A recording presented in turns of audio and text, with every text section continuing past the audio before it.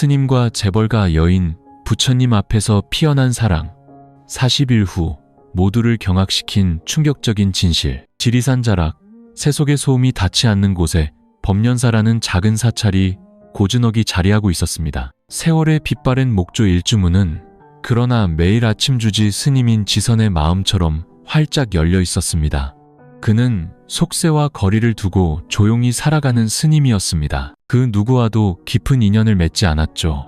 지난 20년간 사람들은 그저 평온한 눈빛과 나지막한 독경 소리로만 그를 기억할 뿐이었습니다. 그런 그가 단 40일 만에 사찰 전체를 뒤흔드는 감정의 소용돌이에 휘말리게 될 줄은 아무도 상상하지 못했습니다. 모든 것은 초가을의 어느 늦은 오후에 시작되었습니다. 고급 외제차 한 대가 사찰 입구에 멈춰섰습니다. 차에서 내린 여성은 검은 선글라스에 머리를 단정히 올리고 은은한 빛깔의 실크 블라우스를 입고 있었습니다. 이곳을 찾던 그 누구와도 달랐습니다. 주눅들어 고개를 숙이지도 죄지은 사람처럼 주변을 살피지도 않았죠. 그녀의 이름은 강서연, 강남의 부동산 업계에서 모르는 사람이 없는 유명한 여성 기업가였습니다. 42세의 나이에 그녀는 돈, 명예, 권력 모든 것을 가졌습니다.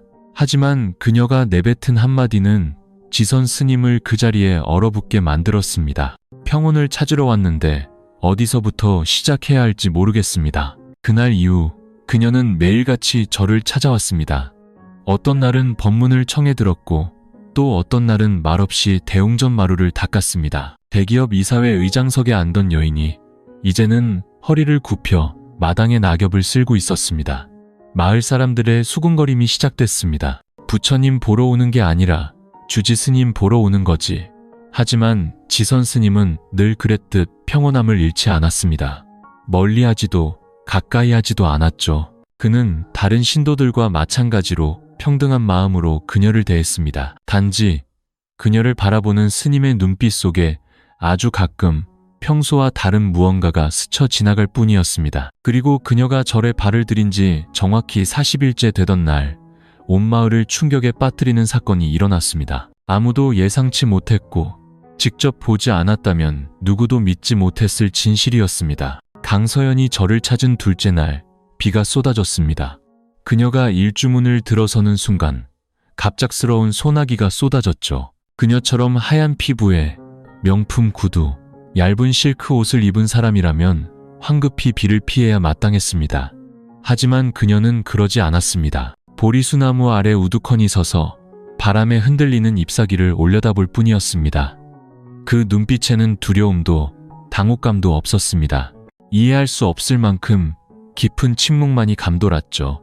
그 모습을 본 지선 스님이 낡은 우산 하나를 들고 툇마루로 나왔습니다. 그는 말없이 천천히 그녀에게 다가가 조용히 우산을 펼쳐주었습니다. 비가 오는데 왜 피하지 않으십니까? 스님의 목소리는 목탁 소리처럼 낮고 부드러웠습니다. 그녀는 고개를 돌려 스님을 보며 나지막이 말했습니다. 처음엔 두려웠지만 생각해보니 비는 누구를 가려서 내리지 않더군요. 모두에게 똑같이 쏟아지는데 저만 피해야 할 이유가 있을까요? 그 대답에 스님은 순간 할 말을 잃었습니다. 이 여인은 평온을 구하러 절에 오던 사람들과는 달랐습니다. 애원하지도 불평하지도 않았죠. 그저 침묵할 뿐이었습니다. 마치 상처와 상실에 익숙해진 사람처럼 기이할 정도로 고요했습니다. 그날 그녀는 해가 저물도록 절에 머물렀습니다. 비가 그친 뒤에도 흠뻑 젖은 치마와 바람에 헝클어진 머리칼 그대로 나무 아래 앉아 있었습니다. 스님이 동자승을 시켜 마른 수건을 건네자 그녀는 고개를 숙여받으며 조용히 말했습니다. 감사합니다, 스님. 저는 복을 빌러 온 것이 아닙니다. 그저 잠시 조용히 앉아있고 싶었을 뿐입니다. 그날부터 그녀는 매일같이 소란스럽지도 과시적이지도 않게 그저 묵묵히 마당을 쓸고 불상을 닦았습니다. 가끔은 작은 냄비에 팥죽을 쑤어 공양을 올리기도 했습니다. 처음엔 절의 사람들도 의심의 눈초리를 보냈습니다. 저렇게 부유하고 권력 있는 사람이 연기를 하는 건 아닐까? 하지만 하루하루 이어지는 그녀의 꾸준하고 고요한 모습에 사람들은 그녀의 마음속에 돈보다 더 무거운 무언가가 있음을 믿기 시작했습니다. 지선 스님은 몇 번이고 그녀에게 거리를 두라고 말하려 했습니다. 하지만 불상 앞에서 두 손을 모은 채 붉어진 눈시울을 애써 감추는 그녀를 볼 때마다 차마 입을 뗄 수가 없었습니다. 누구나 마음속에 아픔을 품고 살지만 이 여인의 슬픔에는 무아의 경지를 추구하는 주지 스님의 마음마저 흔드는 무언가가 있었습니다. 그러던 어느 날 그녀가 스님 앞에 앉아 조용히 말했습니다. 스님, 아시나요? 아무리 돈이 많아도 진심을 다하는 사람 하나 살 수 없다는 걸요. 토요일 오후 절마당은 한적했습니다. 동자승들은 스님의 허락을 받아 탁발을 하러 산을 내려갔고 경내에는 강서영과 지선 스님 단둘만 남아 있었습니다. 그녀는 오래된 돌 우물가에 앉아 호박잎을 다듬고 있었습니다. 어머니가 살아계실 때 끓여주시던 된장국이라 했습니다. 절에서는 오래도록 맡아보지 못한 낯설지만 구수한 된장 냄새가 건조한 가을 공기 속으로 퍼져나갔습니다. 스님이 그 곁을 지나려는데 그녀가 고개를 들고 물었습니다. 스님은 외롭다고 느끼신 적 있으신가요? 스님은 바로 대답하지 않았습니다. 그는 의자를 끌어와 앉아 멀리 낙엽이 지는 살라수 나무를 바라보았습니다. 수행자도 사람입니다. 외로움은 피할 수 없는 것이지요. 다만 그것과 함께 살아가는 법을 선택했을 뿐입니다. 그녀는 희미하게 웃었습니다. 자신을 비웃는 듯 또 연민하는 듯한 미소였습니다. 저는 제가 강한 사람인 줄 알았습니다. 돈 있고 힘 있는 여자가 외로움 따위를 두려워할 리 없다고요. 그런데 어느 날 평생을 함께할 거라 믿었던 남편이 저를 보며 말하더군요. 당신은 내가 더 높은 곳으로 가기 위한 도구일 뿐이라고. 그 순간 제가 얼마나 보잘것없는 존재인지 깨달았습니다. 지선 스님의 미간이 순간 찌푸려졌습니다. 그는 말을 끊지도 위로하지도 않고 그저 묵묵히 들었습니다. 그녀는 목소리를 낮추며 말을 이었습니다. 배신당해서 무너진 게 아니에요. 평생의 믿음이 결국엔 고급 상표가 붙은 상품에 불과했다는 사실 때문에 무너진 겁니다. 수백억짜리 계약을 성사시키며 위풍당당했던 그녀가 지금은 절마당 한가운데서 길 잃은 아이처럼 눈물을 쏟고 있었습니다. 제가 절에 온 건 도망치기 위해서가 아니에요. 저 바깥 세상에 계속 있다가는 저 역시 그 사람과 똑같은 괴물이 될 것 같아서 그래서 왔습니다. 스님은 조용히 고개를 끄덕였습니다. 새로운 이야기는 아니었습니다. 세상은 사랑이라는 이름으로 서로에게 상처를 주는 사람들로 가득했으니까요. 하지만 스님의 마음을 움직인 것은 이야기의 내용이 아니라 그녀가 이야기하는 방식이었습니다.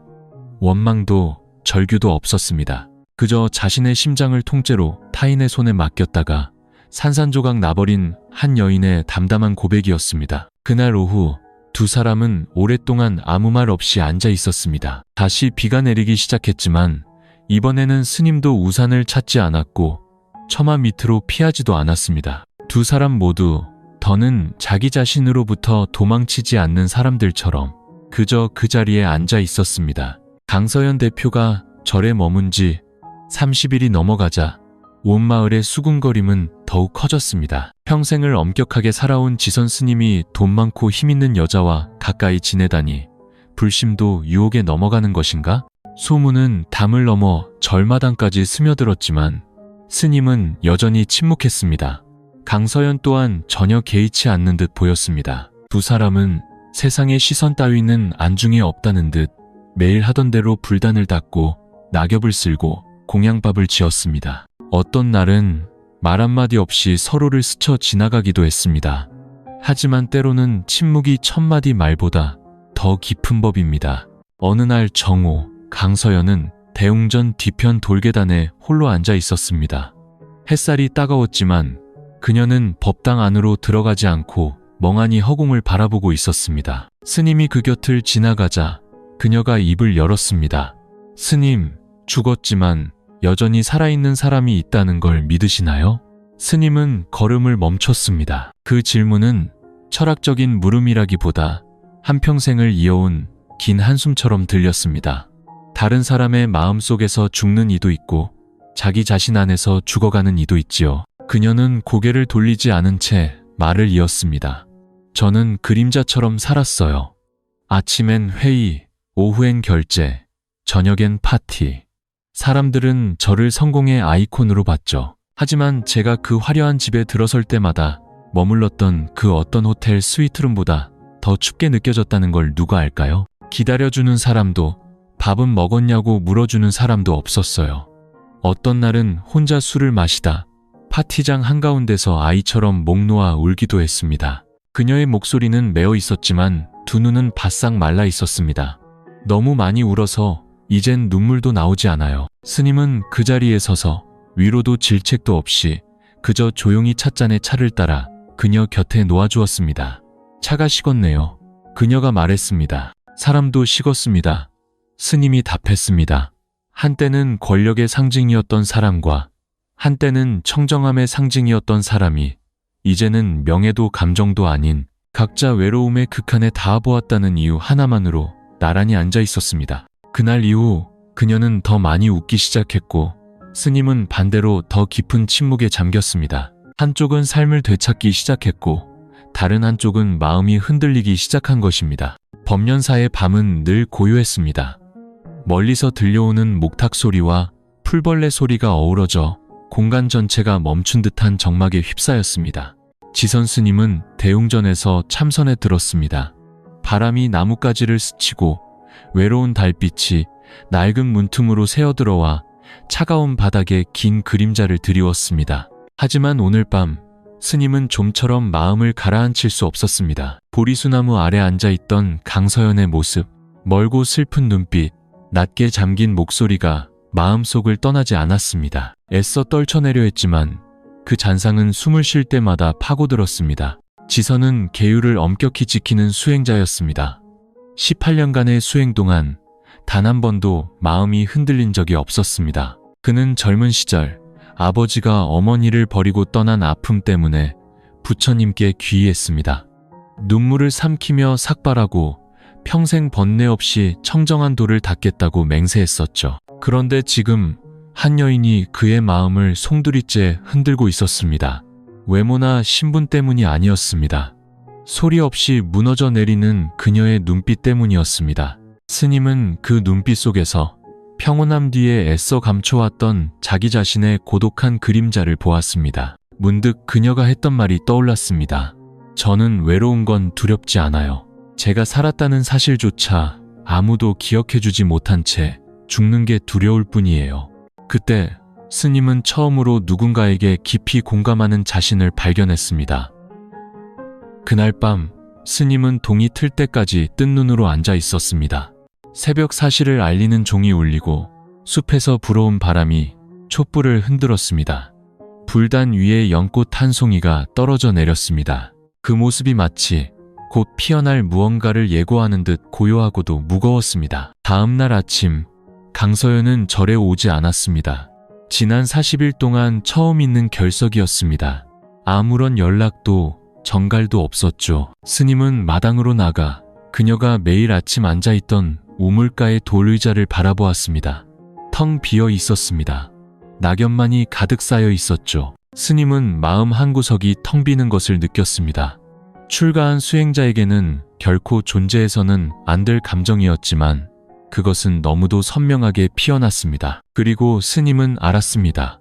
이 감정이 더 자라나게 둔다면 모든 것이 예전 같지 않으리라는 것을. 강서연이 절에 오지 않은 지 이틀째. 지선 스님은 여느 때처럼 새벽에 일어나 마당을 쓸고 예불을 올린 뒤 툇마루에 앉아 차를 마셨습니다. 하지만 그의 시선은 몇 번이고 일주문 쪽을 향했습니다.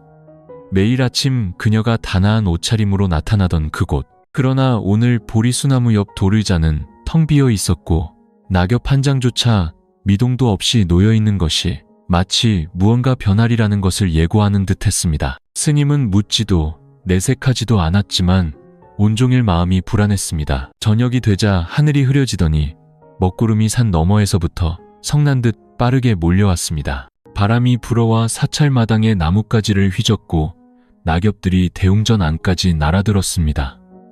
스님은 좌정했지만 좀처럼 집중할 수가 없었습니다. 결국 그는 자리에서 일어나 일주문으로 향했습니다. 빗물에 질퍽해진 흙길을 내려다보았지만 아무도 없었습니다. 차 소리도 발소리도 없이 차가운 바람 소리만이 길게 울릴 뿐이었습니다. 밤이 깊어지자 동자승정수가 조심스럽게 다가와 뜨거운 현미죽 그릇을 내밀며 물었습니다. 스님, 죽 좀 드시지요. 오늘 통 아무것도 드시지 않으셨습니다. 스님은 말없이 고개만 끄덕였습니다. 그의 눈은 여전히 비로 새하얘진 마당을 향해 있었습니다. 마치 이미 늦어버린 무언가를 기다리는 사람처럼. 자정이 가까워질 무렵 전화벨이 요란하게 울렸습니다. 스님의 방에 있는 낡은 다이얼 전화기, 멀리 있는 신도들과 연락하기 위해 남겨둔 유일한 통신수단이었습니다. 지난 10수년간 밤9시 이후에 울린 적은 거의 없었죠. 하지만 오늘의 벨소리는 사람의 마음을 긁는 듯 길게 이어졌습니다. 여보세요. 저는 강서연 대표님의 수행기사입니다. 스님, 부디 침착하게 들으십시오. 대표님께서 지금 병원에 계십니다. 스님은 숨을 멈췄습니다. 남자의 목소리는 떨리고 있었습니다. 오늘 저녁 집으로 돌아가시던 길에 고속도로에서 덤프트럭과 정면으로 충돌하셨습니다. 출혈이 심해 수술은 마쳤지만 아직 중환자실에 계십니다. 침묵. 밖의 빗소리는 점점 더 거세졌습니다. 대표님께서 의식을 잃기 전에 제게 신신당부하셨습니다. 무슨 일이 생기면 가장 먼저 지선 스님께 알려달라고, 그리고 법련사에 발을 들인 것을 단 한순간도 후회하지 않는다고 전해달라고 하셨습니다. 전화기 저편은 침묵했지만 스님의 마음속에서는 그 한마디 한마디가 새벽의 범종 소리처럼 크게 울려 퍼졌습니다. 스님은 밤새도록 미동도 없이 앉아 있었습니다. 밖은 비로 온통 하얗지만 오랜 수행으로 굳건했던 주지 스님의 마음속에는 지금껏 겪어보지 못한 거대한 폭풍이 몰아치고 있었습니다. 지난 20년간 처음으로 그는 자신에게 물었습니다. 만약 그녀가 이대로 떠난다면 나는 과연 부동심을 지킬 수 있을 것인가? 다음 날 아침, 비는 여전히 내리고 있었습니다. 동자승 정수는 평소보다 일찍 일어나 스님께 드릴 따뜻한 물을 들고 방으로 갔습니다. 하지만 문을 연 순간 그는 그대로 멈춰섰습니다. 좌선 자리는 비어 있었고 찻상은 차갑게 식어 있었습니다. 스님의 승복은 벽에 단정히 걸려 있었죠. 스님은 그곳에 없었습니다. 책상 위에는 작은 쪽지 하나만 놓여 있었습니다. 급한 일이 생겨 하루 다녀오겠다. 절은 네게 맡기니 걱정하지 말거라. 어젯밤 전화를 받은 후 지선 스님이 묵묵히 우의를 챙겨 입고 산을 내려가 도시로 향하는 차를 잡아탔다는 사실을 아는 이는 아무도 없었습니다. 그리고 지금 그는 서울의 한 대형 병원 응급실 앞 의자에 앉아 있었습니다. 아직 동이 트지 않은 복도는 희미한 불빛에 잠겨 있었고 차가운 바닥 위로 간호사의 신발 소리만이 규칙적으로 울렸습니다. 안쪽 병실에서 강서연은 산소호흡기에 의지한 채 누워 있었습니다. 창백한 얼굴, 윤기 흐르던 검은 머리카락은 헝클어져 있었습니다. 젊은 간호사가 조용히 말했습니다. 환자분, 새벽 3시에 잠시 깨어나셨어요. 밖에서 누가 기다리냐고 물으시더군요. 스님 한 분이 밤새 기다리고 계신다고 했더니 갑자기 우시더라고요. 스님이 병실 안으로 들어섰습니다. 희미한 조명이 그녀의 얼굴을 비추었습니다. 몹시 쇠약해 보였지만 눈빛만은 꺼지지 않았습니다. 스님, 오셨군요. 스님은 말없이 고개를 끄덕였습니다. 그의 시선은 얇은 이불 아래서 희미하게 떨고 있는 그녀의 손에 머물렀습니다. 처음으로 그는 이 강인했던 여인이 이토록 작고 연약하게 느껴졌습니다. 걱정 끼쳐드려 죄송합니다. 숨기려던 건 아니지만 차마 말씀드릴 용기가 없었어요. 사실을 알면 스님께서 저를 경멸하실까봐 두려웠습니다. 스님은 침묵했고 창밖으로 빗방울 떨어지는 소리만 들려왔습니다. 4년 전 저는 죽으려고 했습니다. 그 고백은 병실의 고요함을 가르는 칼날 같았습니다. 이혼 후 제가 직접 세운 회사에서 쫓겨났습니다. 그 남자는 제 명예뿐만 아니라 제가 어리석게 믿고 서명한 위임장 하나로 제 모든 것을 빼앗아갔어요. 그 후 2년 동안 부모님마저 연이어 돌아가셨죠. 저는 완전히 무너졌습니다. 그녀의 목소리는 잠겨 있었고 시선은 마치 스님의 눈을 피하려는 듯 천장을 향해 있었습니다. 한계령 정상에 올라가 1시간 넘게 서 있었어요. 만약 여기서 뛰어내리면 날 위해 울어줄 사람이 한 명이라도 있을까? 하지만 결국 그러지 못했어요. 죽는 게 무서워서가 아니라 아무도 모르게 아무도 관심 갖지 않는 채로 그렇게 조용히 죽는 게 두려워서요. 지선 스님은 그녀의 손을 가만히 잡았습니다. 아무 말도 하지 않았지만 그의 마음은 차가운 심연에 닿은 듯 시렸습니다. 한때 화려한 스포트라이트의 중심에 섰던 여인이 이제 이곳에 누워 4년간 숨겨온 절망을 고백하고 있었습니다. 제가 절에 간 것은 부처님을 만나기 위해서가 아니었어요. 귀 기울여 들어주는 한 사람을 만나고 싶어서였습니다. 그 말에 스님은 고개를 들었습니다. 순간 두 사람의 시선이 마주쳤습니다. 그곳에는 더 이상 스님과 신도도 수행자와 속세의 사람도 없었습니다. 각자의 상처를 안고 무너졌던 두 영혼이 서로의 상처를 정면으로 마주보고 있을 뿐이었습니다. 스님의 마음은 거친 파도처럼 일렁였습니다. 그리고 그는 알았습니다. 이 순간부터 모든 것이 더는 예전처럼 단순하지 않으리라는 것을. 그날 정오 병원 복도에서 거의 10시간을 보낸 지선 스님은 조용히 자리를 떴습니다. 그는 강서연에게 아무 말도 하지 않았고 쪽지 한 장 남기지 않았습니다. 그저 그녀가 진정제를 맞고 잠이 들었을 때 아주 작게 고개를 끄덕였을 뿐입니다. 스님이 병원 문을 나설 때 밤새 내리던 비가 그치고 해가 막 떠오르고 있었습니다. 마치 깨끗하게 씻겨나간 듯 하늘은 시리도록 푸르렀습니다. 법련사에 돌아오니 어느덧 늦은 오후였습니다. 일주문은 잠겨있지 않았습니다. 마당에서는 동자승 정수가 낙엽을 쓸다가 스님의 모습을 보고 황급히 달려왔습니다. 스님, 돌아오셨군요. 다들 얼마나 걱정했는지 모릅니다. 스님은 말없이 고개를 끄덕였습니다. 정수는 농담이라도 건네려 했지만 평소보다 더 깊어진 스님의 눈빛을 보고는 그저 조용히 뒤를 따를 뿐이었습니다. 텐마루에 들어설 때 스님은 바람에 날려 관세음보살상 발치에 떨어진 작은 종이 쪽지를 발견했습니다. 펼쳐보니 낯선 이에 비뚤비뚤한 글씨가 적혀 있었습니다. 주지 스님께서 청정한 마음을 지키지 못하신다면 부디 스스로 성스러운 곳을 떠나주시길 바랍니다. 서명은 없었지만 붉은 잉크로 찍힌 지장은 의도적으로 무언가를 강조하는 듯 했습니다. 지선 스님은 그 자리에 우두커니 서 있었습니다. 놀랍지는 않았습니다. 그는 세상 사람들이 정해진 궤도를 벗어나는 일을 결코 가만두지 않는다는 것을 알고 있었습니다. 그날 저녁 스님은 대웅전에 홀로 앉아 있었습니다. 향냄새가 공간을 가득 메웠고 목탁 소리는 규칙적으로 울렸지만 스님의 마음속에는 전에 없던 공허함이 자리 잡고 있었습니다. 지난 20년간 그의 수행에 의심을 품은 사람은 아무도 없었습니다. 하지만 한 여인이 너무 자주 모습을 드러냈다는 이유만으로 모든 시선이 달라지기 시작한 것입니다. 저녁 예불이 끝난 후 오랫동안 절에 다닌 한 노보살이 갑자기 입을 열었습니다. 스님, 송구하오나 강 대표님이 절에 오신 날부터 대웅전의 기운이 무겁게 느껴집니다. 괜한 구설에 오르지 않도록 거리를 두시라 이르는 것이 좋지 않겠습니까? 아무도 입을 열지 않았지만 숙여진 고개들과 서로를 훑는 눈빛만으로도 스님은 알 수 있었습니다. 사람들은 진실이 필요한 게 아니었습니다. 그저 자신들이 이미 생각하고 있는 것을 믿게 해줄 핑계가 필요할 뿐이었습니다. 스님은 그저 합장한 채 조용히 말했습니다. 저를 찾는 모든 이는 평온을 구하는 사람입니다.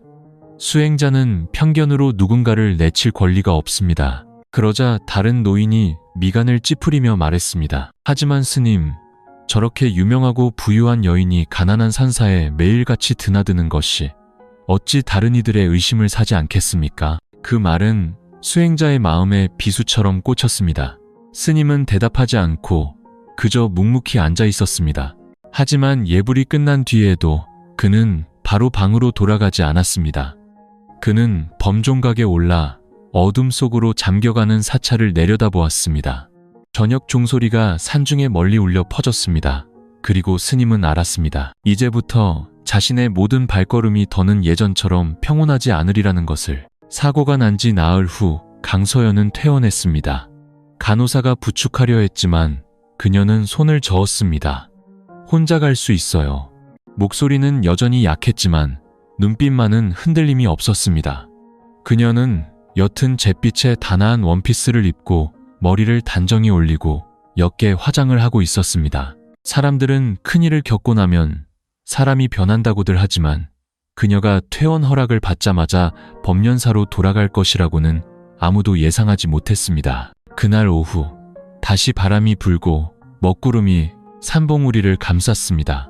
절로 향하는 길은 오랜 비로 움푹 파여 있었습니다. 그녀의 레인지로버가 일주문 앞에 섰지만 그녀는 바로 내리지 않고 한참 동안 차 안에 앉아 있었습니다. 그녀의 손에는 입원하던 날 스님이 건네주었던 보리수 염주가 떨리는 채로 들려 있었습니다. 일주문은 열려 있었고 아무도 마중 나오지 않았지만 그녀는 스님이 안에 있다는 것을 알았습니다.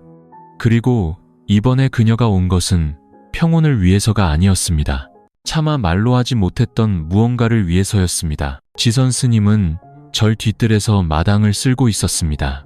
발소리를 듣고 돌아본 그는 그녀를 보고 순간 동작을 멈췄습니다. 스님의 표정은 평온했지만 두 눈에는 무겁게 가라앉는 무언가를 감출 수 없었습니다. 며칠 더 쉬셔야 합니다. 서둘러 절에 오실 필요 없습니다. 그녀는 돌 의자에 앉아 무릎에 손을 얹고 가만히 숨을 내쉬었습니다. 일하러 온 것도 마음의 평온을 찾으러 온 것도 아닙니다. 오늘은 그저 한 사람 대 한 사람으로 스님과 이야기하고 싶어서 왔습니다. 스님은 조용히 고개를 끄덕이고 말없이 차를 따랐습니다. 찻잔에서 피어오르는 김이 무거운 공기를 조금은 부드럽게 만드는 듯했습니다. 두 사람은 마주보고 몇 분간 침묵했습니다. 마침내 그녀가 입을 열었습니다. 수술실에 누워 정신을 잃어가던 순간 마지막으로 떠오른 사람은 부모님도 아들도 아니었어요. 스님이었습니다. 스님은 찻잔을 쥔 손에 힘을 주었습니다. 늘 평온하던 손이 미세하게 떨리고 있었습니다. 저는 모든 것을 가졌다가 모든 것을 잃어봤습니다. 하지만 이곳에 온 뒤로 제가 단 한 번도 가져보지 못한 것이 있다는 걸 알았습니다. 그건 누군가가 저를 봐주는 느낌이었어요. 제 지위나 외모 때문이 아니라 상처투성이에 벌거벗은 나라는 사람 자체를요. 그녀는 피하지 않고 스님의 눈을 똑바로 바라보았습니다. 이런 말을 해선 안 된다는 거 알아요. 하지만 지금 말하지 않으면 평생 제 자신을 용서하지 못할 것 같아요. 바람이 툇마루를 스치고 꽃잎 몇 장이 돌바닥으로 떨어져 내렸습니다. 스님은 혹시 스님이 아니었다면 어땠을까 생각해 본 적 있으세요? 그 질문은 침묵 속을 천천히 가르는 칼날 같았습니다. 스님은 바로 대답하지 못했습니다. 손에 든 찻잔은 이미 차갑게 식어 있었습니다. 저는 아버지를 몹시 원망하던 아들이었습니다. 그리고 그를 용서하기 위해 불문에 귀의했지요. 그 후로는 제가 누구인지 묻지 않고 살았습니다. 하지만 지금 당신의 질문이 처음으로 그 대답을 두렵게 만드는군요. 강서연은 고개를 숙였습니다. 눈시울이 붉어졌습니다. 스님을 수행의 길에서 끌어내고 싶지 않아요. 세상 사람들의 입에 오르내리게 하고 싶지도 않고요. 하지만 만약 스님께서 단 한 번도 마음이 흔들린 적 없다고 단 한마디만 해주신다면 저는 떠나겠습니다. 영원히요. 스님은 할 말을 잃었습니다. 살면서 그 누구도 그를 이런 상황에 몰아넣은 적이 없었습니다. 그리고 계율을 지켜온 수십 년 만에 처음으로 그는 자신의 심장이 세차게 뛰는 것을 느꼈습니다. 그날 밤 법연사는 평소보다 일찍 불이 꺼졌습니다. 동자승 정수는 감히 묻지 못했지만 절 안의 공기가 유난히 무겁게 느껴졌습니다. 공양간의 보살님도 저녁에 조용히 말했습니다. 왠지 스님께서 마음속에 폭풍우를 다 담고 계신 것 같구나. 아무도 몰랐습니다. 오후의 대화가 끝난 후 지선 스님은 대웅전으로 돌아가지 않았다는 것을 그는 묵묵히 범종각으로 올라갔습니다. 사찰에서 가장 높은 곳, 경전 없이 오직 부처님 앞에서 자신을 돌아보고 싶을 때만 오르는 곳이었습니다. 그날 밤 지리산 자락에는 거센 바람이 불었습니다. 소나무 숲이 울부짖고 다른 구름 뒤에 몸을 숨겨 인간이 자신의 가장 깊은 내면과 마주할 수 있도록 어둠을 내어주는 듯 했습니다. 스님은 홀로 낡은 기둥에 등을 기댄 채 앉아 있었습니다. 눈은 감았지만 마음은 어지러웠습니다. 지난 20년간 그는 계율을 지키고 마음을 지키고 도를 지켰습니다. 마을 사람들은 그를 믿었고 신도들은 그를 존경했습니다. 심지어 무신론자들조차 그의 묵묵한 헌신을 존중했죠. 그는 모든 것을 내려놓았다고 생각했습니다. 혈육의 정을 끊었고 물질에 얽매이지 않았으며 명예를 탐하지 않았습니다. 하지만 그 여인의 단 한마디 질문, 스님이 아니었다면 어땠을까요? 그 질문 하나가 그가 믿어왔던 모든 것을 흔들어 놓았습니다. 그는 자신의 마음이 고요한 호수와 같다고 여겼습니다. 하지만 그건 아무도 돌을 던지지 않았기에 파문이 일지 않았을 뿐이라는 것을 이제야 깨달았습니다. 그리고 지금 강서연이라는 여인이 너무도 진실하고 아픈 돌멩이를 던진 것입니다. 그는 스스로에게 물었습니다. 이것은 인연인가? 업보인가? 아니면 수행의 마지막 관문인가? 웃을 때, 울 때, 그리고 병상에 누워 희미한 목소리로 자신의 이름을 부르던 그녀의 모습이 차례로 떠올랐습니다. 마치 깨어날 수 없는 꿈속에 있는 듯 생생했습니다. 불자로서 그녀는 잘못이 없었습니다. 배신당하고 벼랑 끝에 섰던 여자로서도 그녀는 잘못이 없었습니다. 하지만 그가 만약 단 한 번이라도 그릇된 눈빛으로 화답한다면 무집착에 대해 설법했던 자기 자신이 산보 앞에 죄를 짓게 되는 것이었습니다. 깊은 밤 스님은 눈을 떴습니다. 거센 바람이 합장한 손바닥 사이로 파고들었습니다. 그는 손을 폈습니다. 그 안에는 강서연이 주었던 낡은 염주가 놓여 있었습니다. 작고 낡았지만 마치 살갗을 파고드는 듯한 존재감이었습니다. 그리고 그는 나지막이 읊조렸습니다. 만약 이 길이 시험이라면 부디 제게 흔들리지 않을 마음을 주시옵소서. 풍경 소리가 한번 맑게 울리고는 허공 속으로 사라졌습니다. 그날 밤 법련사에서는 새벽 삼시를 알리는 종이 울리지 않았습니다.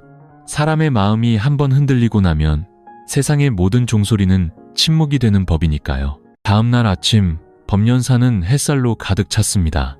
며칠간의 차가운 비 끝에 찾아온 햇살은 유난히 따스하고 노랗게 느껴졌습니다. 모든 것이 환하게 빛나는 듯 했습니다. 마당은 말라 있었고 일주문 앞에 종이꽃이 활짝 피었으며 참새떼가 기왓장에서 지저귀었습니다.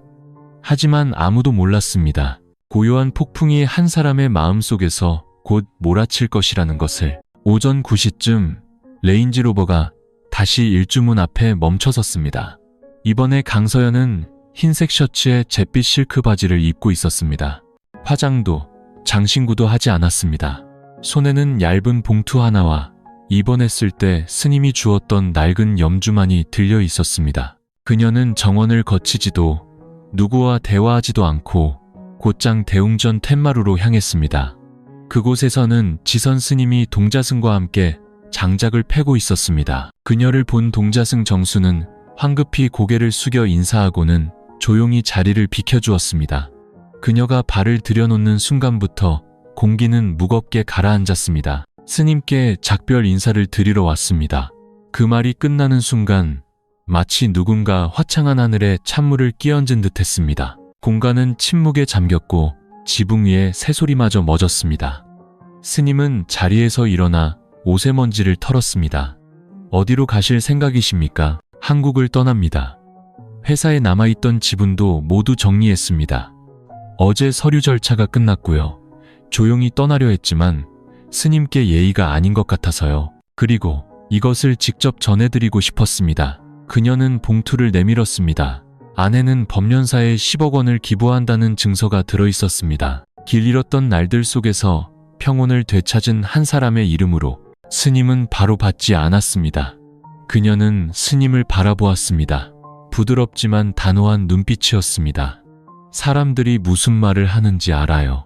제가 이곳에 머물면 스님께서 더 힘든 소용돌이에 휘말리게 될 거라는 것도요. 저는 그런 상황을 원치 않습니다. 스님은 침묵했습니다.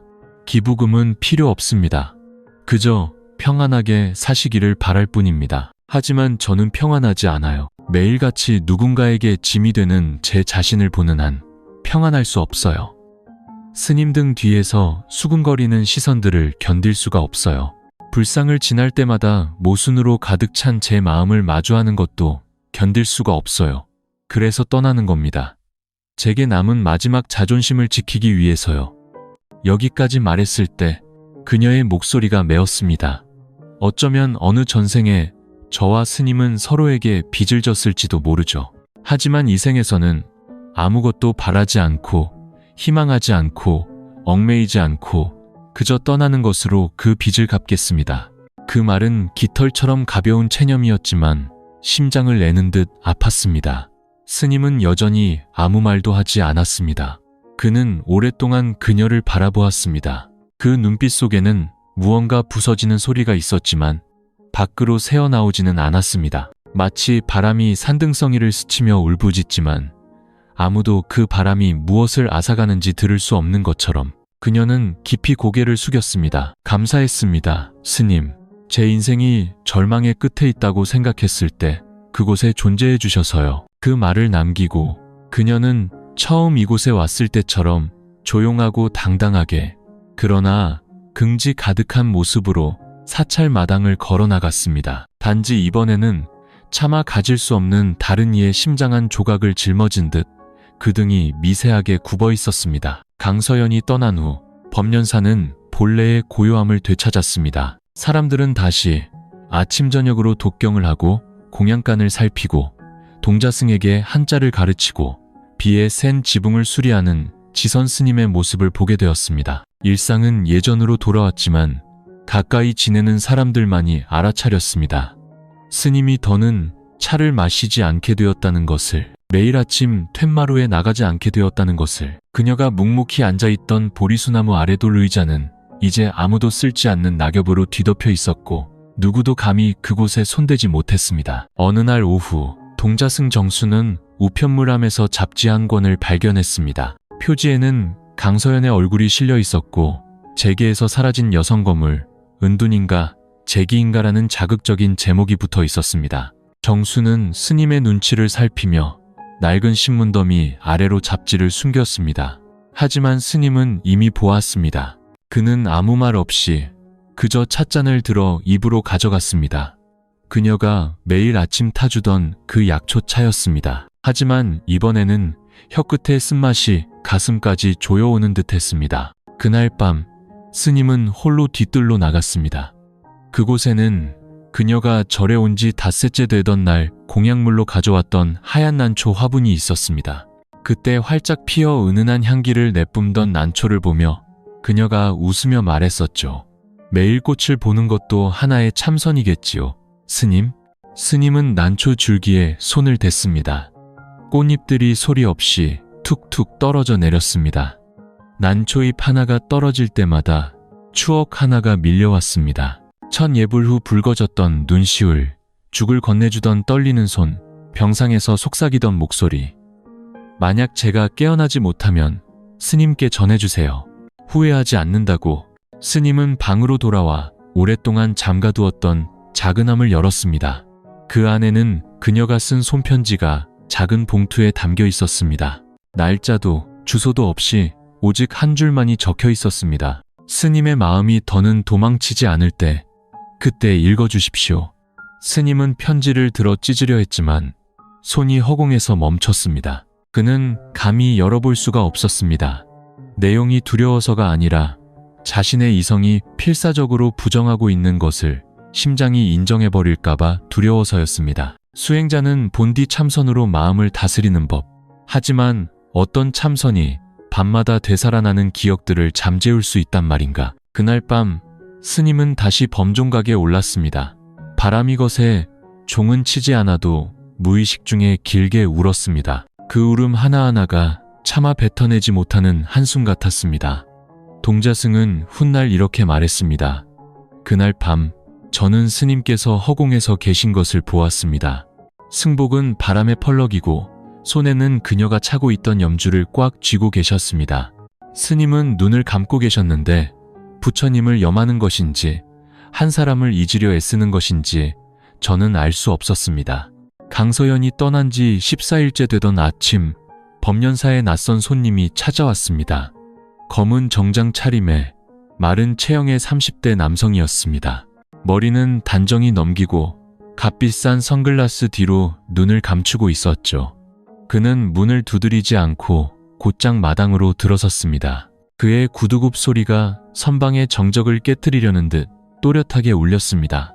동자승 정수가 달려나와 그를 막아섰습니다. 거사님, 이곳은 사찰이니 정숙해 주십시오. 남자는 선글라스를 벗었습니다. 목소리는 차가웠습니다. 주지 스님을 급히 배워야겠습니다. 그때 지선 스님은 뒤뜰에서 마당을 쓸고 있었습니다. 전가를 듣고 나온 그의 승복에는 먼지가 묻어 있었고 손에는 빗자루가 들려 있었습니다.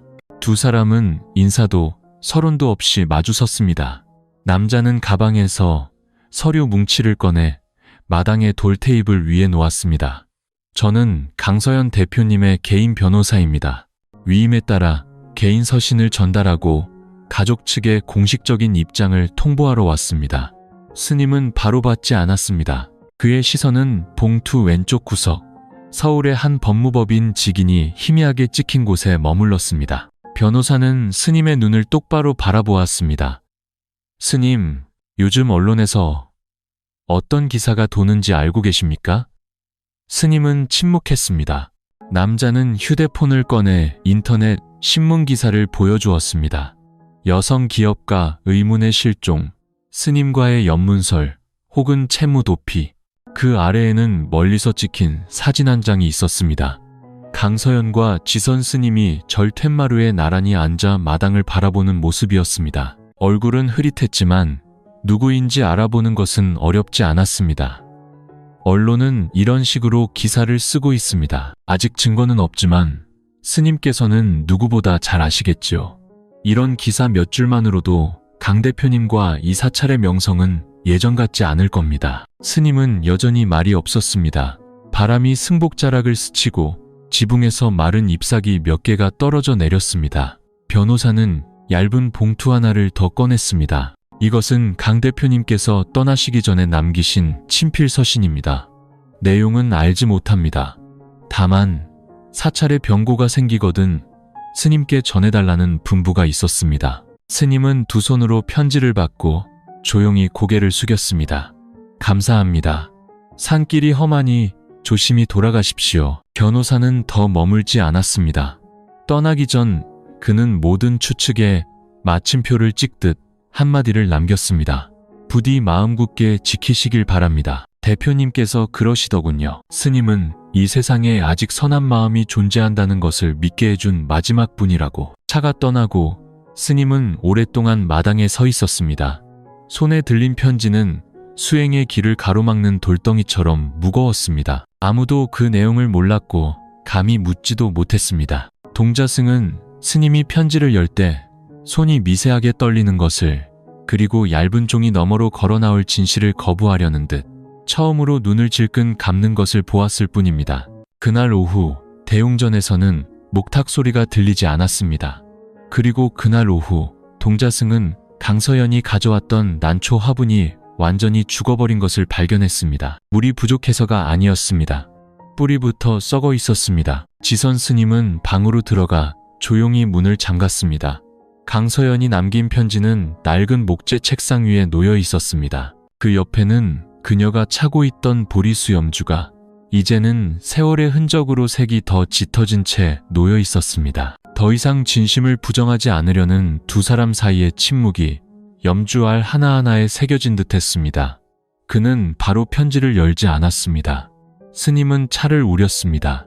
사찰 뒤편 숲에서 직접 단 아무런 향도 단맛도 없이 오직 쓴맛만이 남는 야생차였습니다. 그는 자리에 앉아 해질녘의 햇살이 낡은 승복에 비치는 것을 바라보았습니다.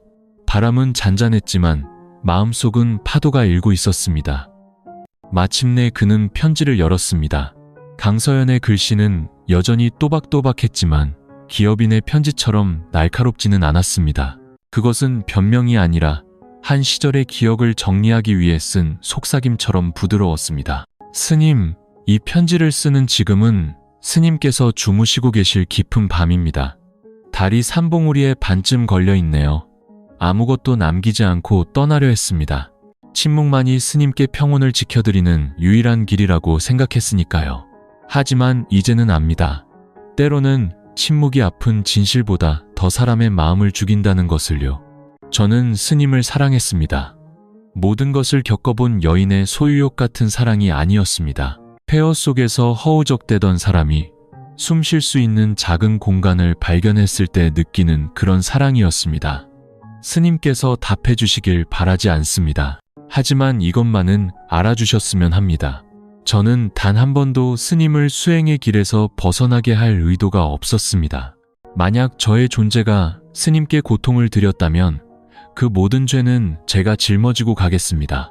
하지만 만약 스님께서도 단 한 번, 아주 잠시라도 제가 일주문으로 들어설 때 심장이 엇박자로 뛰는 것을 느끼셨다면 부디 자신을 탓하지 마십시오. 너무도 인간적인 그 감정을 대신해 참여하지도 마십시오.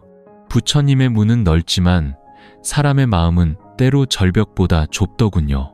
제게 진실하게 살라고 가르치셨으니 스님 자신에게도 진실하게 사십시오. 마음속으로라도 말하지 않더라도요. 저는 떠나지만 아무것도 버리고 가지 않습니다. 제 마음을 제가 다시 태어난다면 다음 생에도 이곳을 찾아오리라 믿었던 그 대웅전 마당에 두고 갑니다. 다시 한번 그저 스님 곁에 조용히 앉아있기 위해서요. 마지막 줄을 읽었을 때 스님의 손에서 편지가 떨어져 내렸습니다. 차자는 차갑게 식어 있었고 염주가 손바닥에서 미끄러져 나무 바닥 위로 굴러갔습니다. 인정해서는 안 될 것을 막 인정해버린 사람처럼 메마른 소리가 났습니다. 해가 지고 구름이 몰려왔습니다. 비는 오지 않았지만 방 안은 숨막히게 무거웠습니다. 스님은 눈을 감았습니다. 마음은 어지럽지 않았습니다. 아팠습니다. 그녀가 옳았다는 것을 알기에 아팠습니다. 두 사람 사이의 침묵은 더 이상 평온이 아니라 비겁한 부정이었음을 깨달았기 때문입니다. 평생을 무집착에 대해 설법했지만 그는 이제야 알았습니다. 때로 사람의 마음을 물들이는 것은 욕망이 아니라 자신이 살아있음을 알게 하는 단 하나의 눈빛이라는 것을. 스님은 자리에서 일어나 마당으로 나갔습니다. 보리수나무를 바라보았습니다. 그곳의 돌 의자는 새로운 낙엽으로 덮여 있었고 그녀가 입고 갔던 손수건은 아직도 그 자리에 그대로 놓여 있었습니다. 마치 아무도 아물지 않은 상처에 감히 손대지 못하는 것처럼. 강서연이 떠난 지 15일째 되던 아침, 법련사의 문을 다급하게 두드리는 소리가 들렸습니다. 동자승 정수가 달려나가 문을 열자마자 한 무리의 사람들이 들이닥쳤습니다. 남녀노소 7명, 모두 이 지역에서 오랫동안 절에 다닌 신도들이었습니다. 사찰의 문을 수리하는 데 돈을 보탰고 작년 백중 행사를 주관했던 이들이었죠. 그들은 예불을 드리러 온 것이 아니었습니다. 마치 약속이라도 한 듯 무거운 표정과 차가운 눈빛으로 곧장 툇마루로 걸어 들어왔습니다. 선두에 선 사람은 마을에서 가장 연장자인 이거사였습니다. 그는 신도들 사이에서도 발언권이 강한 인물이었습니다. 그는 천으로 된 가방을 돌 테이블 위에 내려놓고 지선 스님의 눈을 똑바로 쳐다보았습니다. 스님, 오늘 저희가 온 것은 향을 피우기 위함이 아니라 한 가지 여쭙기 위함입니다. 스님은 평온한 목소리로 고개를 끄덕였습니다. 말씀하십시오. 사실입니까? 아닙니까? 지난 한 달간 저를 드나들던 여성 신도와 부적절한 관계를 맺으셨다는 소문 말입니다. 공간이 얼어붙었습니다. 처마 끝 풍경을 흔들던 바람 소리마저 그 순간 멎는 듯했습니다. 문 뒤에 숨어있던 동자승들은 눈을 크게 뜨고 숨조차 크게 쉬지 못했습니다. 지선 스님은 아무런 반응 없이 그저 조용히 앉아 있었습니다. 하지만 그 침묵이 무리를 더욱 분노하게 만들었습니다. 한 젊은 여성이 날카로운 목소리로 말했습니다. 스님을 모욕하려는 뜻은 아닙니다. 하지만 아셔야 합니다. 언론에 그 기사가 난 후로 인근 신도들의 마음이 몹시 흔들리고 있습니다. 사람들이 절에 오기를 꺼리기 시작했어요. 주지 스님이 구설에 오른 곳에서는 기도를 드려도 영험이 없을 거라고들 합니다. 이건 더 이상 스님 개인의 문제가 아닙니다. 사찰 전체의 명예가 걸린 일입니다. 다른 노인이 끼어들었습니다. 저희는 스님께 변명을 요구하는 것이 아닙니다. 하지만 스님께서 계속 주지직을 맡고 계신다면 법련사는 신도들을 모두 잃게 될 겁니다. 아시겠습니까? 지선 스님은 여전히 침묵했습니다. 그는 조용히 찻잔을 들어 목을 축이듯 한 모금 마셨습니다. 가슴 속에서 끓어오르는 무언가를 억누르려는 듯한 몸짓이었습니다. 그리고 그는 천천히 입을 열었습니다. 저는 제 마음에 부끄러움이 없습니다. 허나 저의 존재가 이 사찰의 시비를 불러일으킨다면 기꺼이 주지직을 내려놓겠습니다. 저 한 사람 때문에 그 누구도 불법을 의심하게 만들 수는 없으니까요. 스님의 말은 무거운 공기를 가르는 칼날처럼 떨어졌습니다. 이거사는 미간을 찌푸렸습니다. 진심이십니까? 스님께서 20년 가까이 지켜온 자리입니다. 진심입니다. 스님은 한 사람 한 사람의 눈을 똑바로 바라보았습니다. 하지만 떠나기 전에 한마디만 하겠습니다. 만약 사찰이 겉으로 보이는 깨끗함만으로 유지된다면 불교에는 자비가 설 자리가 없을 것입니다. 사람들은 사랑 때문에 죄를 짓기도 합니다. 그것만으로도 충분히 고통스럽습니다. 만약 사찰마저 그들을 외면한다면 수행자는 누구에게 무엇을 설법할 수 있겠습니까? 아무도 대답하지 못했습니다. 갑자기 거센 바람이 불어와 테이블 위에 종이들이 사방으로 흩날렸습니다. 그날 오후 지선 스님이 주지직에서 스스로 물러난다는 소식이 온 마을에 퍼졌습니다. 사람들은 수군거렸습니다. 누군가는 안타까워했고 누군가는 안도의 한숨을 내쉬었습니다. 오직 단 한 사람, 강릉의 바닷가 한 아파트에서 조용히 휴대폰으로 그 소식을 보고는 전원을 끈 사람이 있었습니다. 그녀는 울지 않았지만 두 눈은 젖어 있었습니다. 그날 아침 법련사는 잿빛 안개에 잠겨 있었습니다. 비는 세차게 내리지 않았지만 옷을 적시기에는 충분했습니다. 바늘처럼 가는 빗방울이 나무십 사이를 파고들어 낡은 기와지붕 위로 회색 줄무늬를 남겼습니다. 지선 스님은 낡은 바랑 하나에 짐을 꾸렸습니다. 승복 몇 벌, 목재 염주 하나, 달아빠진 경전 한 권, 그리고 강서연이 보낸 편지는 가장 안쪽에 명주실로 감싸 넣어두었습니다. 배웅하는 종소리도 의식도 없었습니다. 스님은 누구의 배웅도 허락하지 않았고 마지막 법문도 남기지 않았습니다. 오직 동자승정수만이 문지방 옆에 엎드려 붉어진 눈으로 말했습니다. 스님께서 가시면 절이 너무 텅 빌 겁니다. 스님은 아이의 머리에 손을 얹고 부드럽게 쓰다듬었습니다.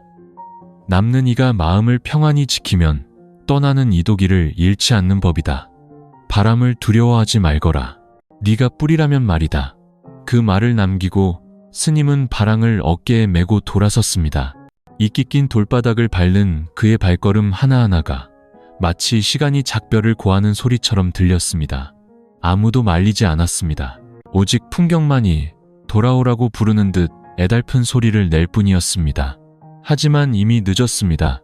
스님은 아직 어두울 때 절을 떠났습니다.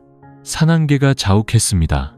산 아래로 내려가는 돌계단은 익숙했지만 오늘따라 유난히 미끄러웠습니다. 낙엽이 길을 덮고 나무 뿌리가 땅 위로 뱀처럼 꿈틀거리는 것이 마치 아물지 않은 상처 같았습니다. 그리고 마지막 굽이길에 다다랐을 때 스님은 걸음을 멈췄습니다.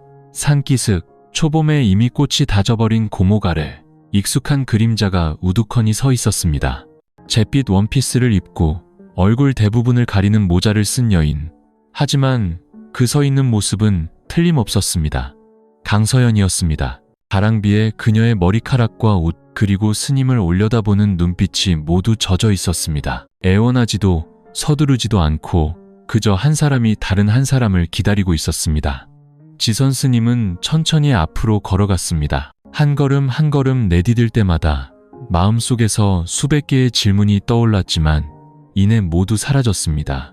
그녀가 고개를 들어 아주 희미하게 미소 지었을 때 소식을 듣고 왔어요. 등을 돌리게 하지 않으려고요. 혼자 가게 두지 않으려고요. 스님은 그녀 앞에 멈춰섰습니다. 두 사람은 더 이상 아무 말도 하지 않았습니다. 어떤 것들은 굳이 말로 해야 한다면 결코 충분히 깊을 수 없는 법이니까요. 비는 더 굵어지고 마을 사람들의 수군거림이 들려왔습니다. 저 여자야. 주지 스님하고 소문났던 그 재벌. 하지만 그녀는 신경 쓰지 않았고 스님 또한 돌아보지 않았습니다. 오직 두 사람만이 비에 젖어 흐릿해진 산속에서 어느 때보다 맑은 마음으로 서 있었습니다. 고목 아래서 다른 이들에게 내려놓으라 가르쳤던 스님은 이제 자신이 가장 두려워했던 것과 마주하고 있었습니다. 모든 편견에도 불구하고 자신을 선택한 한 사람, 그리고 그는 알았습니다. 이것이 끝이 아니라 새로운 시험의 시작이라는 것을. 명예도 기댈 곳도 없이 더는 스님도 아니고 그렇다고 속세의 삶으로 돌아갈 수도 없는 오직 진실과 서로에 대한 작은 믿음 하나만으로 두 사람이 스스로 걸어가야 할 길의 시작이라는 것을. 지리산 자락에서 국도로 이어지는 길은 붉은 흙길이었습니다. 양옆으로는 옥수수밭과 아카시아 숲이 펼쳐져 있었죠. 평소에는 누구도 신경 쓰지 않는 그 길 위로 오늘 두 사람의 발걸음은 수많은 호기심 어린 시선의 표적이 되었습니다. 남자는 수수한 승복 차림에 고무신을 신고 등을 곧게 펴고 있었습니다. 여전히 수행자 같은 걸음걸이였습니다. 여자는 몇 걸음 뒤에서 반쯤 젖은 옷자락에도 고개를 숙이지 않은 채 묵묵히 그를 따랐습니다. 그들은 나란히 걷지도 대화를 나누지도 않았습니다. 그저 조용히 걸을 뿐이었습니다. 마치 한 사람이 돌아보지 않으면 다른 한 사람도 길을 바꾸지 않으리라 약속한 것처럼. 지나가는 차들이 속도를 늦추기 시작했습니다. 어떤 이들은 창문을 내리고 힐끗거렸고 휴대폰을 꺼내 사진을 찍는 사람도 있었습니다. 말은 없었지만 그들을 감싼 공기는 의심과 연민, 경멸과 안타까움이 뒤섞여 무겁게 가라앉아 있었습니다. 언덕 초입의 작은 가게, 순례객들에게 차와 간단한 요기를 팔던 할머니의 가게 앞에서 두 사람은 걸음을 멈췄습니다. 할머니는 그들을 올려다보며 혀를 찼습니다. 스님, 아니, 어르신, 잠시 쉬었다 가시오. 이비에 걸어가자니 짠해서 어째. 지선 스님은 어르신이라는 호칭에도 아무런 반응 없이 그저 조용히 고개를 끄덕였습니다. 지난 20년간 불려온 스님이라는 이름이 이제 저 산 위에 남겨졌습니다. 강서연은 맞은편 의자에 앉아 가방을 내려놓았습니다. 손은 차갑게 식었고 젖은 머리카락이 이마에 달라붙어 있었지만 눈빛만은 그 어느 때보다 단단했습니다. 스님은 저를 버리셨고 저는 모든 것을 버렸어요. 이제 우리를 묶는 것도 돌아갈 곳이라 부를 곳도 없네요. 스님은 바로 대답하지 않았습니다. 낡은 주전자에서 차를 따라 그녀에게 밀어주었습니다. 그렇다면 여기가 시작이라고 생각합시다. 스님도 대표님도 없이 그저 함께 산을 내려온 두 사람으로요. 그녀는 희미하게 웃었습니다. 처음으로 도도한 여성 기업가의 미소도 수줍은 고백의 미소도 아니었습니다. 모든 것을 잃고 마침내 곁에 남아주기로 한 단 한 사람을 얻은 자의 미소였습니다. 해가 저물어도 비는 그치지 않았습니다. 두 사람은 가게를 떠나 남은 길을 계속 걸었습니다. 앞서가는 사람, 뒤따르는 사람, 누구도 서로의 손을 잡지 않았지만 발걸음의 박자는 같았습니다. 그때 그들은 몰랐습니다. 멀리서 찍힌 한 장의 사진과 함께 계율을 버린 스님, 연문설의 주인공 재벌가 여인과 동행이라는 자극적인 문구가 SNS를 통해 삽시간에 퍼져나가고 수천 개의 악의적인 댓글이 달리고 있다는 사실을. 하지만 그들은 돌아보지 않았습니다. 지금 그들이 지켜야 할 것은 명예도 변명도 아니었습니다. 늘 타인의 추락을 보고 싶어하는 세상 속에서 서로에 대한 믿음을 지키는 것이었습니다. 그 집은 강릉의 한적한 바닷가에 있었습니다. 낡은 기와를 얹은 단층집, 하얀 회벽, 그리고 매일 저녁 창문을 두드리는 파도 소리와 바람 소리가 전부인 곳이었죠. 강서연은 다른 도시로 이사간 노부부에게서 이 집을 빌렸습니다. 이사 오던 날 그녀는 누구에게도 알리지 않았습니다. 수행기사도 언론도 부르지 않았죠. 집에는 단 두 사람뿐이었습니다. 한때 스님이었던 남자는 이제 속세의 사람처럼 빗자루질을 배우고 있었습니다. 한때 강남의 대저택에 살던 여자는 이제 연탄 아궁이 앞에서 식은 밥을 데우고 있었습니다. 처음 며칠은 모든 것이 평온해 보였습니다. 아침 일찍 일어나 함께 바닷가에 쓰레기를 줍고 기체조를 했습니다. 점심에는 나물을 데쳐 먹고 저녁에는 책을 읽거나 차를 마셨습니다. 아무도 과거를 언급하지 않았습니다. 그것은 두 사람 사이의 암묵적인 규칙이었습니다. 하지만 그 침묵에 일주일 만에 균열이 가기 시작했습니다. 그날 오후, 이제는 지선이라 불리는 남자는 강서연이 집 뒤편에서 홀로 우는 것을 발견했습니다. 그녀의 손에는 인터넷에서 출력한 기사 한 장이 들려 있었습니다. 한때 잘 나가던 여성 CEO의 몰락, 전직 스님과 시골 마을에서 사실혼 관계, 괜찮아요. 그냥 화가 나서요. 그녀는 목이 맨 채 종이를 구겨버렸습니다. 명예를 버리면 마음이 가벼워질 줄 알았어요. 그런데 아니었어요. 여전히 매일같이 저를 짓누르네요. 방식만 바뀌었을 뿐. 지선은 맞은편 의자에 앉아 한참 동안 침묵하다가 천천히 말했습니다. 스님으로 있을 때 저는 신도들에게 말했습니다. 세상 사람들의 혀끝에 마음을 두는 한 누구도 진정으로 자유로울 수 없다고요. 하지만 이제야 알겠습니다. 그 말이 상처 입은 사람에게는 칼보다 더 깊이 밝힐 수 있다는 것을요. 그녀는 글을 올려다보았습니다. 처음으로 존경의 눈빛이 아닌 자신이 이 사람을 너무 큰 고통 속으로 끌어들인 것은 아닐까 자책하는 한 여인의 눈빛이었습니다. 만약 후회되시면 지금이라도 절로 돌아가세요. 아직 늦지 않았어요. 그 말은 승복을 벗은 지 얼마 안 된 남자의 가슴에 비수처럼 꽂혔습니다. 지선은 손을 꽉 쥐었습니다. 나는 당신 때문에 저를 떠난 게 아니오.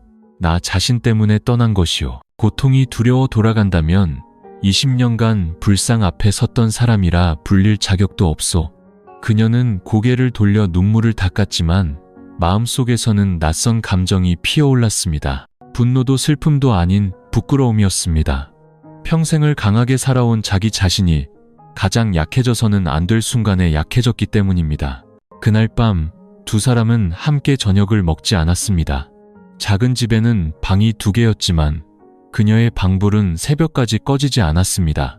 그녀는 식은 찻잔을 앞에 두고 수첩에 글을 썼습니다. 세상을 등진 사람을 사랑하는 것은 한때 나를 사랑했던 사람을 사랑하는 것과 다르다. 가까이 갈수록 잡기 어렵고 함께 살수록 멀게 느껴진다. 다른 방에서 지선은 낡은 경전을 펼쳤지만 눈에 글자가 들어오지 않았습니다. 모든 구절이 마음속 울림처럼 들렸습니다. 수행자는 망상을 두려워하고 속세의 사람은 모리에를 두려워한다. 나는 모든 것을 알면서도 뛰어든 내 자신이 가장 두렵다. 그날 밤 저를 떠난 후 처음으로 그는 잠을 이루지 못했습니다. 바닷바람 때문이 아니었습니다.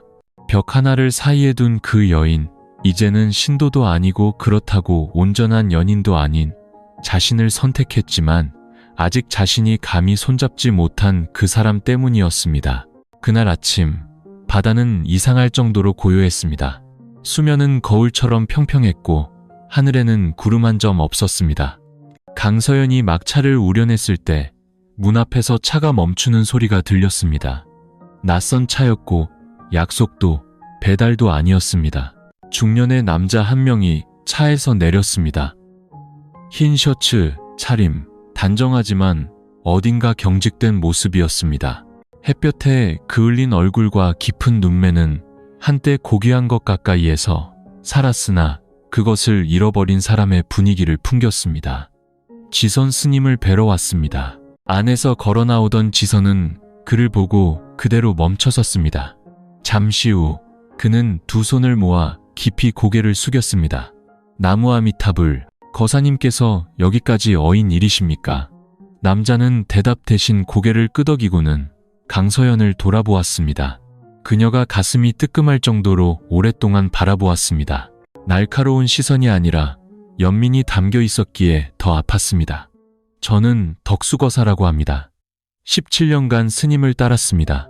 스님께서 처음 법련사에 오셨을 때 제가 벽돌 한 장 한 장 날라 대웅전을 다시 세웠고 제 어머님의 마지막 길도 스님의 절에서 보냈습니다. 임종하시는 순간까지 손에는 스님께서 주신 염주를 쥐고 계셨지요. 제게 스님은 그냥 사람이 아니라 기댈 곳이었습니다. 그의 목소리는 쉬어 있었고 한 글자 한 글자 고통을 억누르는 듯 했습니다. 언론에서 스님이 저를 떠났다는 기사를 봤을 때 믿지 않았습니다. 스님께서 이분과 함께 떠나는 것을 보았을 때도 여전히 믿지 않았습니다.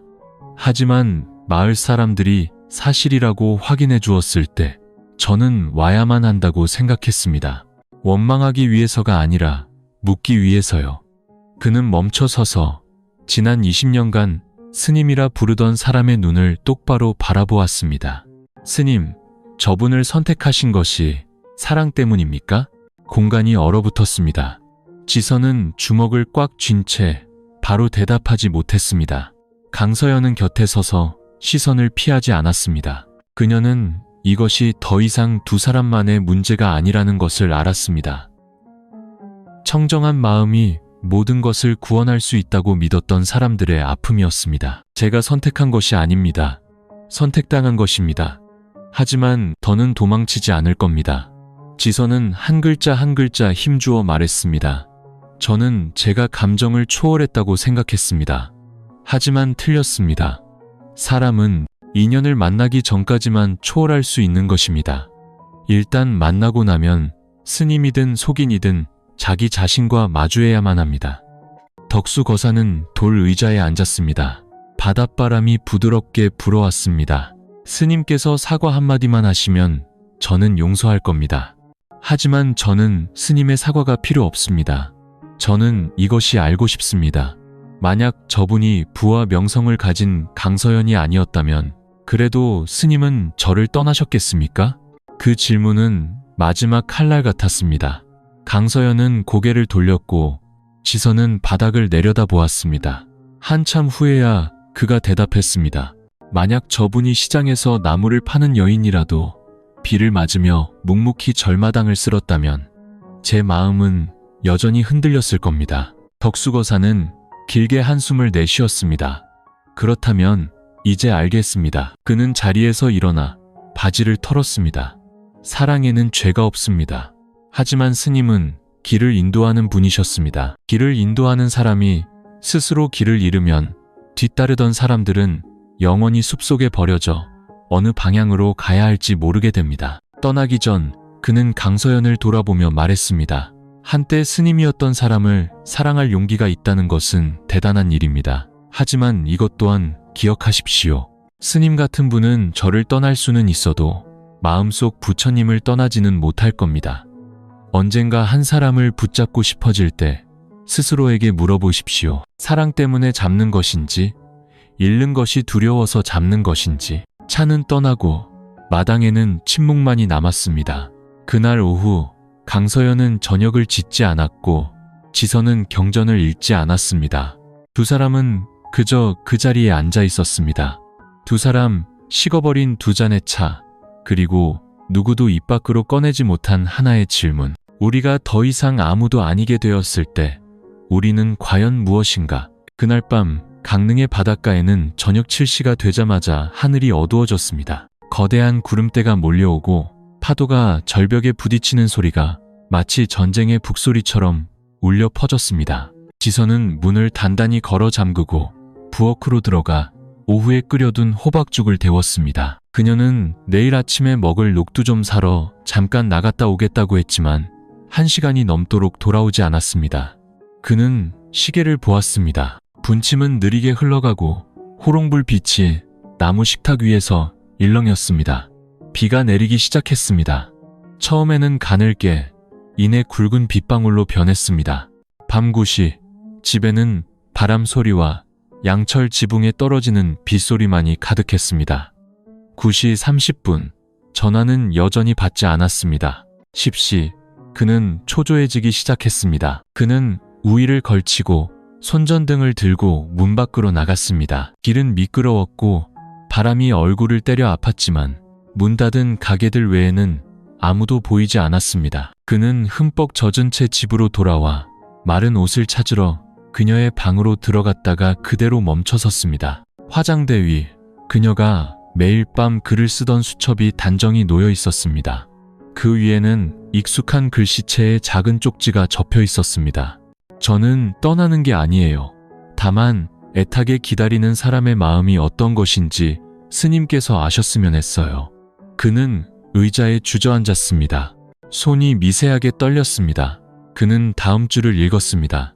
저는 머물렀고 기다렸고 마음을 열었어요. 하지만 스님은 단 한 번도 제 손을 진심으로 잡아주지 않았어요. 손이 아니라 마음으로요. 제가 떠나는 건 스님께서 더는 피할 수 없게 하기 위해서예요. 만약 저를 찾지 않으신다면 우리는 그저 서로의 인생에서 짧은 한순간이었음을 받아들이겠습니다. 하지만 스님께서 이 문을 나서는 순간 그것은 스님의 첫 번째 진짜 사랑이 될 거예요. 밖에서 천둥이 치고 번개가 검은 하늘을 갈랐습니다. 지선은 수첩을 집어들었습니다. 첫 장에는 두 사람이 함께 살기 시작한 첫날 밤 그녀가 쓴 글이 있었습니다. 사람들은 모든 것을 버린 사람을 사랑하기를 두려워한다. 더 이상 줄 것이 없다고 생각하기 때문이다. 하지만 나는 안다.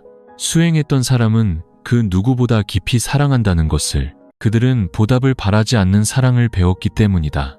나는 단지 그가 더는 사랑할 용기를 내지 못할까봐 두려울 뿐이다. 그는 수첩을 덮었습니다. 그날 밤 그는 잠들지 않았습니다.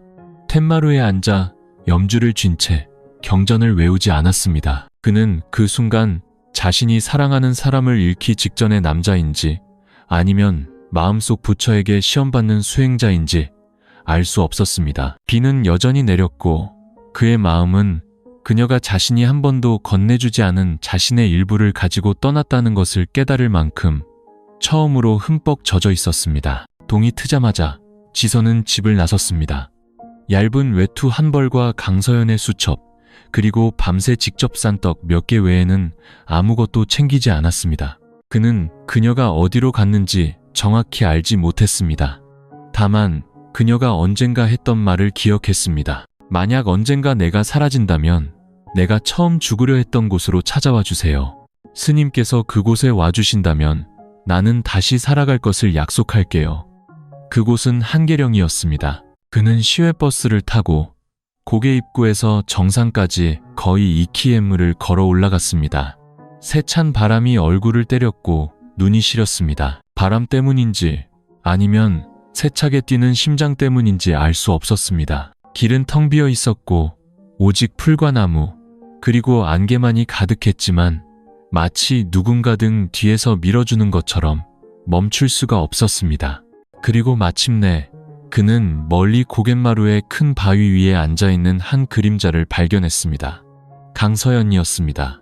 잿빛 외투에 머리를 단정히 묶고 바다를 똑바로 바라보고 있었습니다. 그녀의 눈은 메말라 있었지만 손에는 그가 병상에서 주었던 낡은 염주를 꽉 쥐고 있었습니다. 그는 다가가 부르지 않고 그저 곁에 앉았습니다.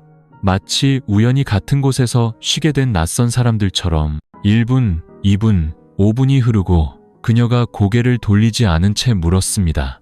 어떻게 오셨어요? 지선이 대답했습니다. 스님이 아니라 내가 왔소.